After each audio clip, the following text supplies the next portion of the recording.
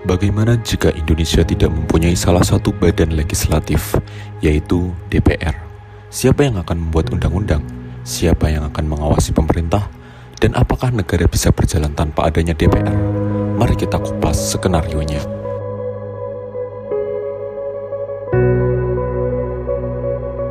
Halo semuanya, pada video kali ini kita akan membahas skenario bagaimana jikalau di Indonesia tidak ada DPR atau Dewan Perwakilan Rakyat. Walaupun DPR seringkali menuai kritik dari berbagai pihak, skenario ini hanya dibuat untuk gambaran saja.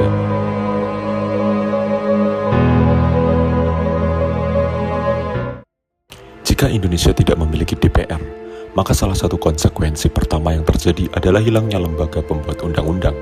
Selama ini, DPR bersama Presiden adalah pihak yang berwenang merancang, membahas, dan mengesahkan undang-undang. Tanpa DPR, fungsi itu hanya akan dipegang sepenuhnya oleh Presiden dan jajaran pemerintahannya.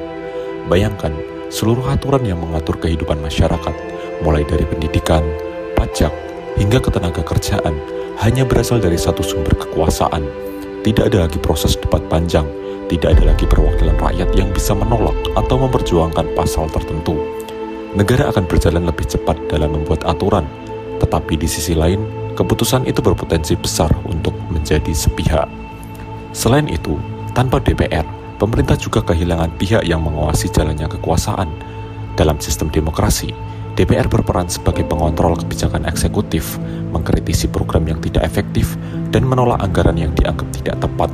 Tanpa mekanisme pengawasan itu, pemerintah bebas membuat kebijakan apa saja tanpa ada pihak resmi yang bisa mempertanyakan. Akibatnya, peluang terjadinya penyalahgunaan kekuasaan semakin besar.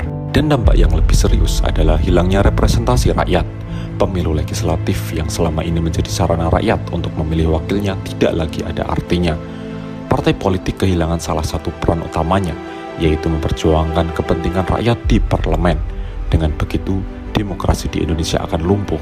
Negara memang tetap ada, tetapi tanpa adanya DPR, suara rakyat tidak lagi memiliki jalur formal untuk masuk ke dalam proses pengambilan keputusan negara. Negara memang tetap ada, tetapi tanpa adanya DPR, suara rakyat tidak lagi memiliki jalur formal untuk masuk ke dalam proses pengambilan keputusan negara.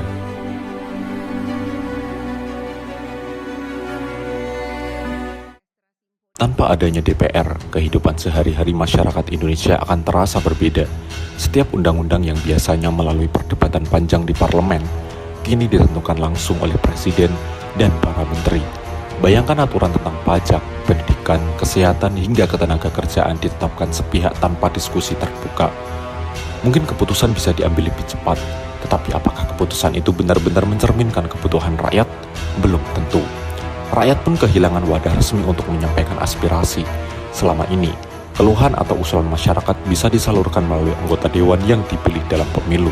Tanpa DPR, suara rakyat hanya bisa disuarakan lewat jalanan, melalui demonstrasi, aksi protes, atau tekanan publik di media.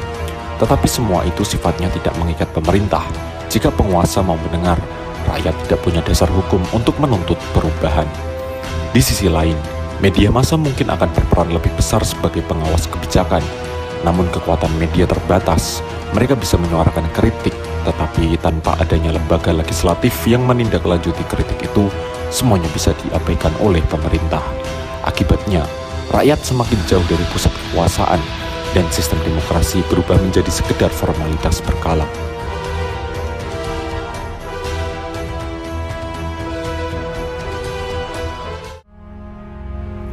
Meski begitu, sejarah mungkin menunjukkan bahwa kekosongan kekuasaan seringkali memunculkan alternatif baru. Jika DPR tidak ada, bisa saja lahir lembaga lain yang mengambil alih perannya. Misalnya sebuah majelis rakyat independen atau dewan adat yang dianggap mewakili suara rakyat. Lembaga ini mungkin terbentuk dari perwakilan daerah, tokoh masyarakat, atau gabungan organisasi sipil. Tetapi efektivitasnya tentu berbeda dengan DPR yang memiliki landasan hukum dan legitimasi dari pemilu. Ada pula kemungkinan bahwa Indonesia bergeser ke sistem yang lebih sentralistik, di mana Presiden memegang kendali penuh atas negara. Dengan hilangnya DPR, prinsip trias politika, pemisahan kekuasaan antara eksekutif, legislatif, dan yudikatif menjadi timpang. Kekuasaan eksekutif bisa berubah menjadi absolut, Di permukaan, negara terlihat berjalan lebih cepat dan efisien, tetapi di balik itu, risiko penyalahgunaan wewenang semakin besar. Pada akhirnya, tanpa DPR, demokrasi Indonesia akan kehilangan salah satu pilar utamanya. Keputusan mungkin terasa lebih sederhana, proses pemerintahan mungkin terlihat lebih singkat, tetapi harga yang harus dibayar adalah hilangnya representasi rakyat dan terancamnya kebebasan politik. Dan di titik itulah kita bisa melihat betapa pentingnya peran DPR, bukan hanya sebagai pembuat undang-undang, tetapi juga sebagai benteng agar suara rakyat tetap hidup dalam sistem negara.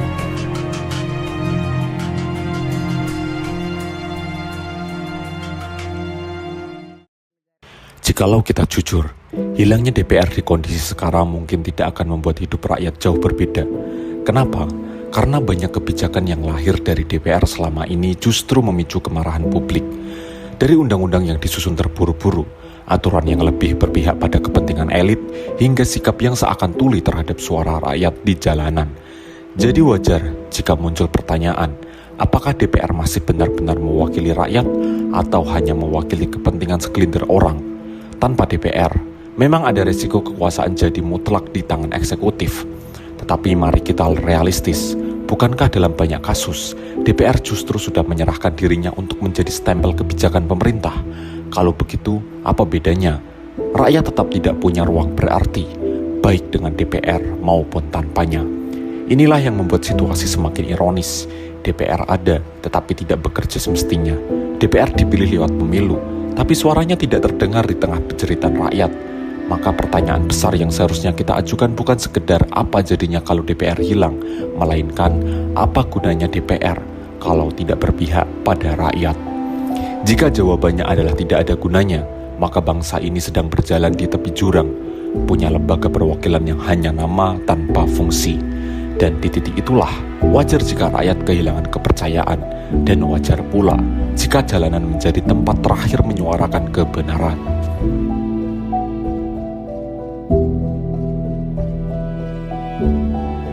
Pada akhirnya, keberadaan DPR seharusnya menjadi benteng terakhir rakyat. Tapi kalau DPR hanya menjadi stempel kebijakan pemerintah, kalau DPR lebih sibuk menjaga kursi dan kepentingan partai daripada memperjuangkan suara publik, maka ia sudah kehilangan makna. Tanpa DPR, negara bisa menjadi otoriter, tapi dengan DPR yang tidak bekerja semestinya, rakyat juga tetap tertindas. Maka pertanyaannya sederhana tapi menusuk. Apakah kita masih membutuhkan DPR yang ada sekarang? Atau justru kita butuh DPR yang benar-benar baru, bersih, berpihak kepada rakyat, dan berani melawan kekuasaan yang salah? Karena jika jawabannya tidak ada bedanya, maka sejatinya DPR sudah hilang, bahkan sebelum dibubarkan.